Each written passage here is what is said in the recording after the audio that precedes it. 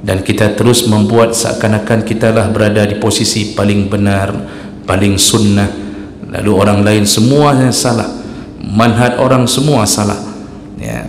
Ustaz itu tidak benar, yang benar ustaz kami. Masjid itu tidak benar, yang benar masjid kami. Ini perasaan dihantui oleh syaitan, dijebak oleh syaitan. Kita mulai mengajarkan ke jamaah, yang pegahnya ahlul bid'ah apa? Ni yang bilang ini ahlul bid'ah, yang bilang ini masuk neraka. Padahal itu khilaf. Itulah yang membuat hari ini jamaah kita kadang-kadang tidak bisa menerima perbedaan. Sehingga muncullah sikap-sikap fanatik benci ke orang. Itu bukan orang kita, itu bukan ustaz kita, itu bukan masjid kita. Jangan solat di situ, jangan dengar ustaz itu, jangan bergaul sama dia. Kalau dia ucap salam tak usah sahut. Itulah tipe tipikal yang kemudian. Assalamualaikum warahmatullahi wabarakatuh. Banyak sekali pertanyaan jamaah, Ustadz kasih kami channel untuk kajian anak-anak muda. Di antara anak muda berasal dari Aceh, luar biasa, channelnya Maulizul Akbar Nab. Tonton, subscribe, like, share, komen. Assalamualaikum warahmatullahi wabarakatuh.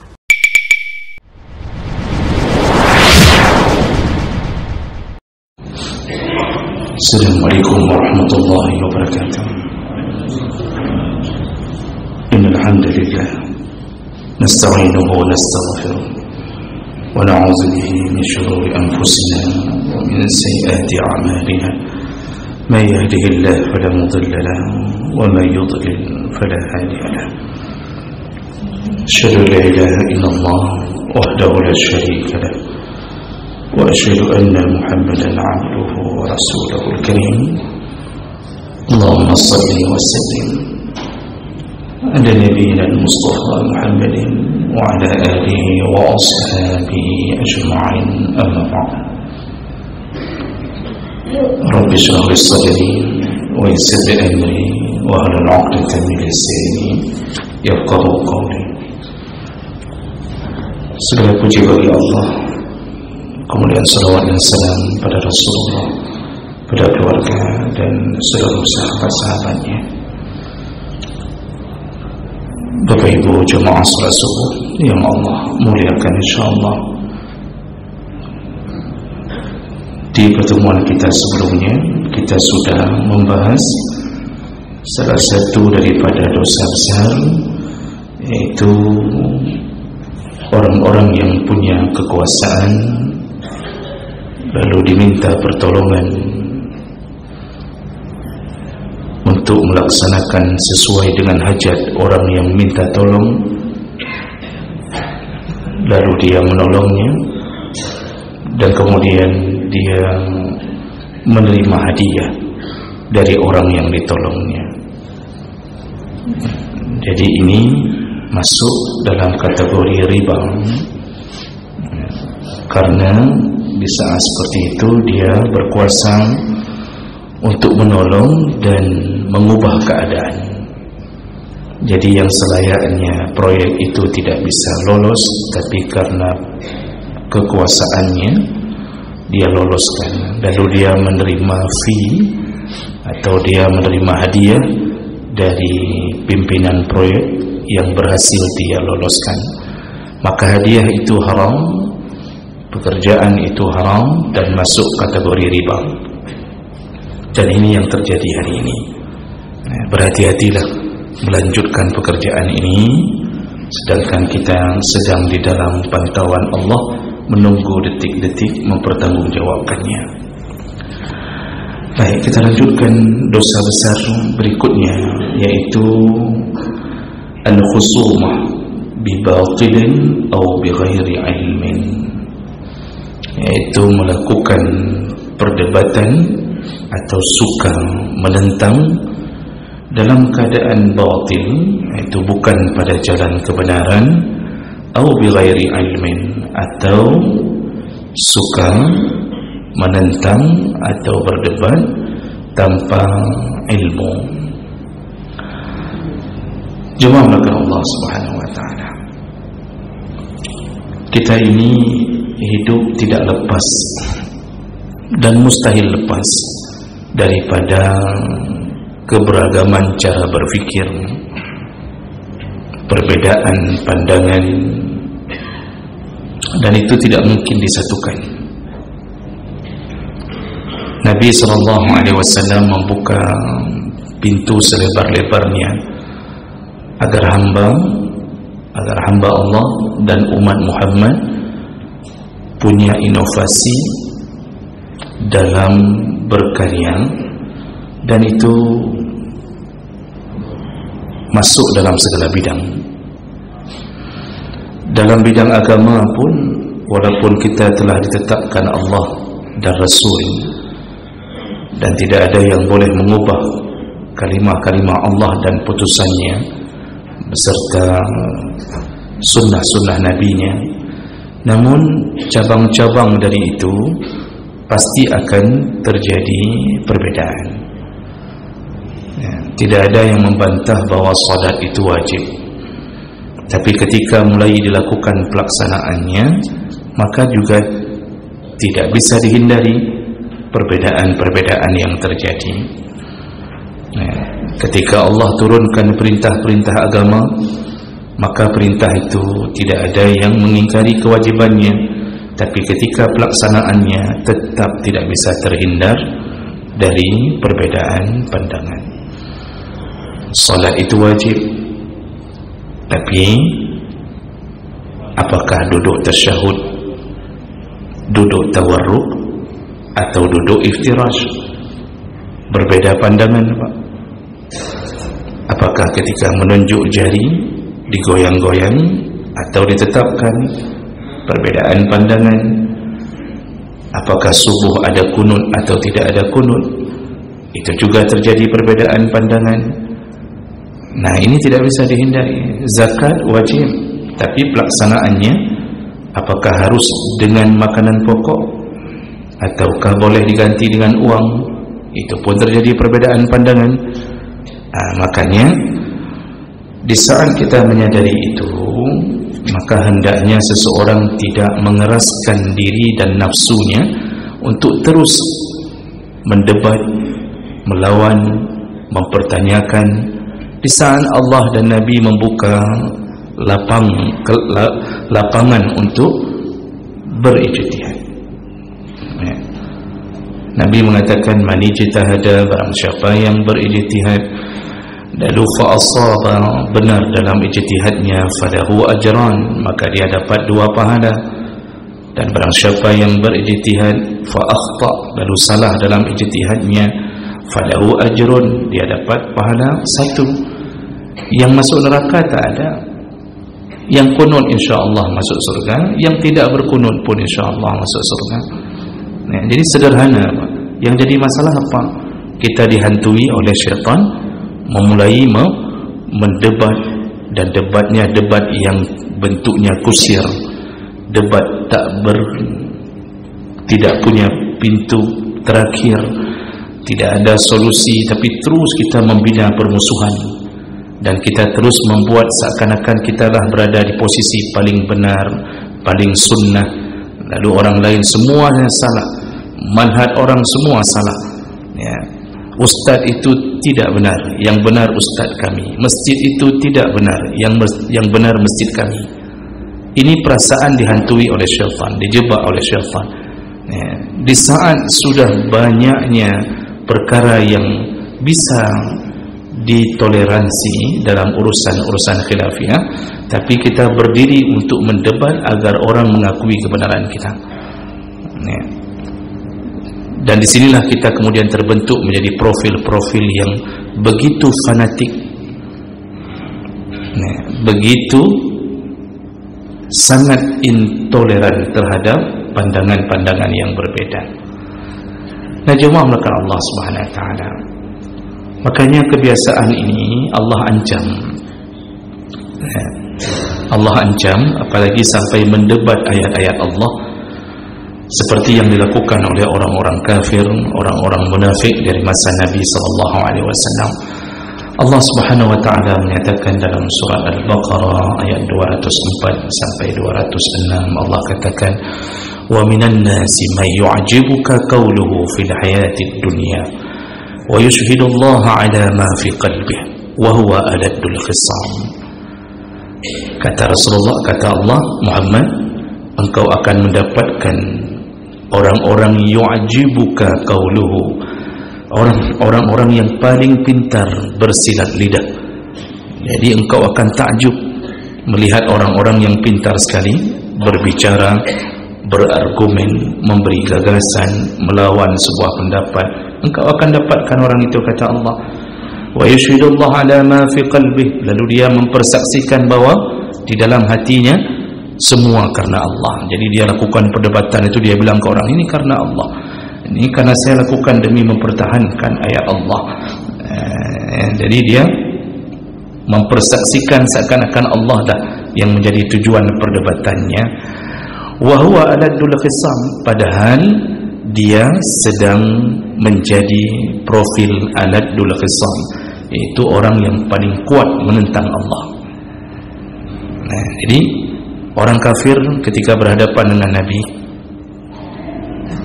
memutar bahasa, kemudian mempertanyakan dengan keinginan menjatuhkan, lalu kemudian di ujung-ujung setelah mereka tanya ini, tanya itu, mereka mengatakan Muhammad itu hanya tukang sihir, Muhammad itu orang gila, innahu la majnun, Muhammad itu yang tadi berdebat hanya untuk menampakkan kepintarannya saja. Ya. Jadi ini perkara yang kadang-kadang kita harus berhati-hati untuk menghindarinya. Ya. Karena ada tipikal seperti ini. Dan Nabi SAW telah menyatakan di dalam hadis riwayat Bukhari Muslim, abghadur rijal ila Allah Ta'ala al-aladul khasmi ay kathirul khusumah. Seburuk-buruk manusia atau paling dibenci manusia oleh Allah adalah mereka yang aladul khisam, mereka yang menegakkan perdebatan untuk melawan Allah. Di akhir zaman banyak muncul para munafikin yang pintar berkata-kata, tapi tujuannya untuk membuat kabur seakan-akan Islam itu tidak benar. Lalu mereka berusaha untuk menegakkan seakan-akan di luar Islam pun ada kebenaran. Maka muncullah model-model pemahaman pluralisme bahwa semua agama itu benar. Mereka mengatakan bahawa mana mungkin Islam saja yang masuk surga, bukankah agama lain juga mengajarkan kebaikan? Kita semua ini sama, nanti kita sama-sama masuk surga, tapi kita hanya berangkat dengan bus yang berbeda. Itu yang dibangun hari ini. Maka di dalam dunia perkuliahan, bahkan masuk ke dalam lorong-lorong di UIN, bukan hanya di universitas umum, bahkan di UIN lebih parah ya. UIN Jakarta itu pemahaman-pemahaman untuk melawan Allah dibangun ketika membuat sebuah diskusi, lalu kemudian memberi judul yang seakan-akan melecehkan Allah, padahal itu diantara adab untuk tidak mengolok-olok nama Allah ya. Nanti buat judul diskusi, seminar, nanti contohnya membuat judul membangunkan Tuhan yang mati, itu luar biasa. Di salah satu fakultas tahun 2000 sekian, 2005 atau begitu sekian, lupa saya. Itu salah satu fakultas ketika menyambut anak baru, kemudian para senior-senior berkumpul, lalu salah seorang memberi orasi dan akhirnya mengucapkan takbir, tapi takbirnya diganti dengan anjing-hu akbar. Dan mereka bangga sekali bisa punya pikiran yang berbeda dengan orang lain, dan mereka berkata-kata dengan lancarnya, fasihnya. Dan inilah manusia-manusia yang disebut aladul khisam, dan itu dosa besar ya. Jemaah melakukan Allah Subhanahu wa ta'ala. Ali bin Abi Thalib, diriwayatkan kalimahnya oleh Imam Syafi'i, itu pernah menyebutkan innal khusumah laha qahman wa inna syaitan yahduruha. Jadi orang yang suka melakukan khusumah, perdebatan kusir demi mempermainkan agama, maka itu bahagian daripada keburukan yang syaitan hadir bersama mereka. Maka jemaah Allah, kalau kita melihat efek daripada berdebat, itu tidak ada lain kecuali nanti hanya ada sifat negatif yang keluar. Yang pertama, kalau kita menang perdebatan itu, maka kita berubah menjadi orang yang sombong, merasa bahwa kita telah berhasil mengalahkan orang dengan kepintaran kita. Kalau kita kalah, maka kita akan mendendam karena kita merasa dipermalukan. Lalu kita akan mencari kesempatan lain untuk membalasnya. Kita persiapkan lebih hebat lagi, kita ajak lagi untuk berdiskusi. Lalu kemudian, kalaupun terjadi perdebatan yang alot, maka hasilnya adalah permusuhan. Dulu baik-baik saja, tapi ketika sudah mulai mengajak perdebatan panjang, ada hati yang tersinggung, lalu kemudian berubah menjadi tidak baik-baik saja. Makanya sifat ini biasa dimiliki oleh orang yang kurang bacaannya, kurang wawasannya, tapi suka menegakkan satu perkara yang dia tahu. Sedangkan orang yang banyak piknik dalam urusan ilmu, maka dia semakin kecil ruang untuk berdebat, karena dia tahu bahwa ini banyak perkara yang bisa ditoleransi. Nah, maka tidak baik mempertanyakan sesuatu terlalu dalam yang sebenarnya itu sudah diputuskan. Dulu orang-orang Yahudi, ketika Allah menyuruh Nabi Musa untuk menyelesaikan kasus tentang pembunuhan, dan Nabi Musa memberitahu Yahudi bahwa jawaban Allah mencari seekor sapi. Selesai di situ, cari seekor sapi, ambil ekornya, libaskan ke jenazah, nanti jenazah itu akan bangun memberitahu siapa pembunuhnya. Begitu kisahnya dan dicantumkan dalam surah Al-Baqarah.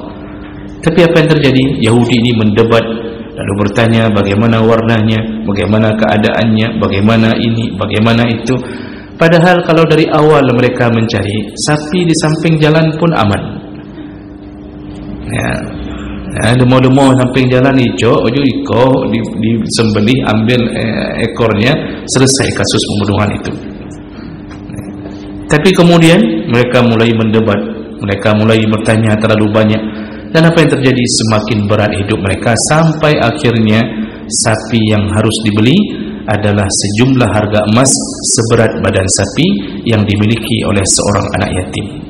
Dijelaskan dalam tafsir. Bayangkan berapa kilo emas yang harus dibeli, berapa kilo emas untuk mengganti berat badan sapi tersebut.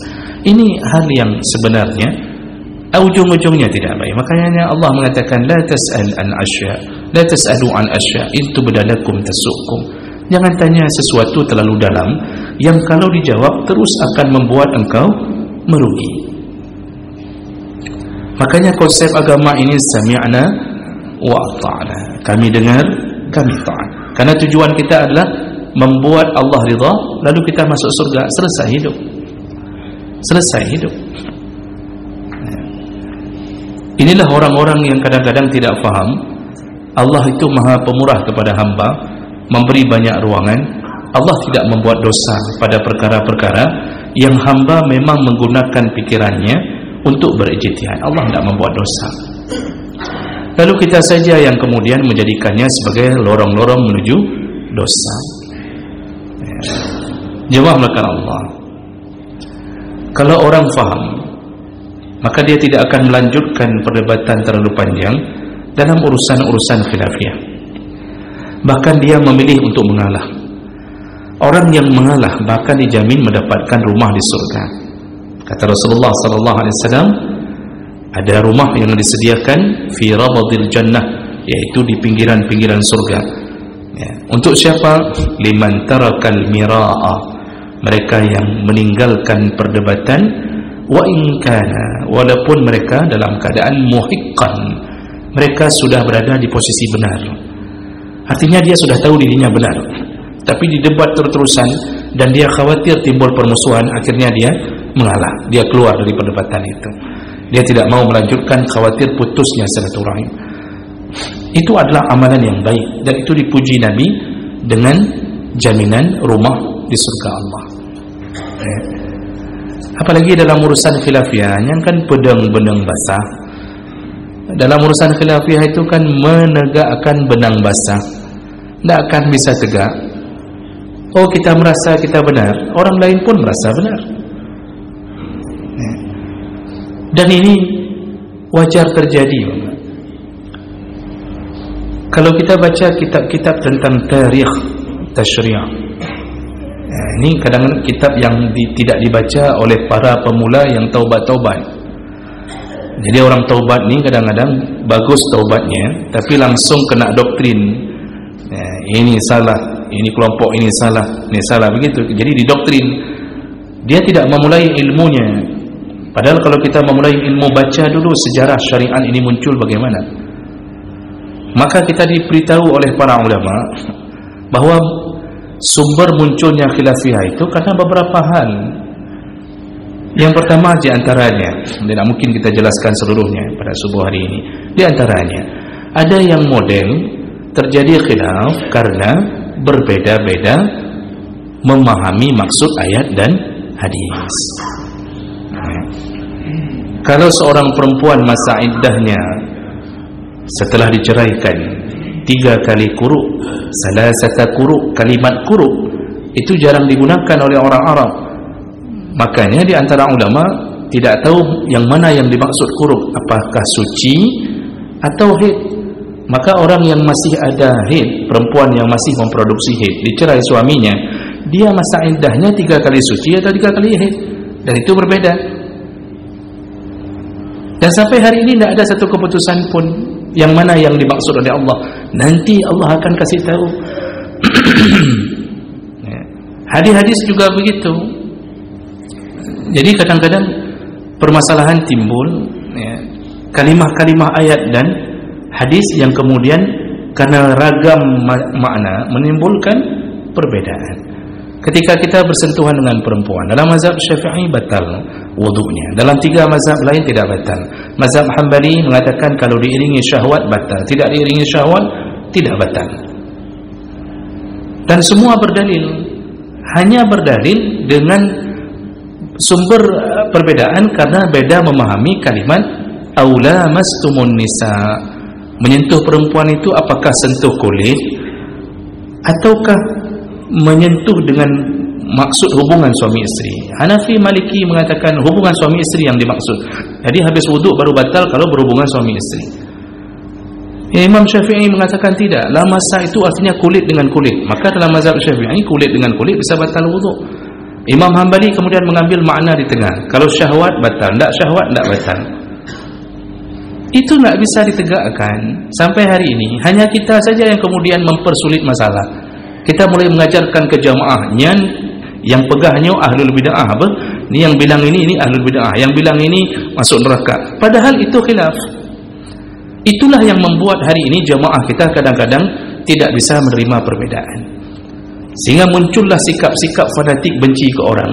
Itu bukan orang kita, itu bukan ustaz kita, itu bukan masjid kita. Jangan solat di situ, jangan dengar ustaz itu, jangan bergaul sama dia.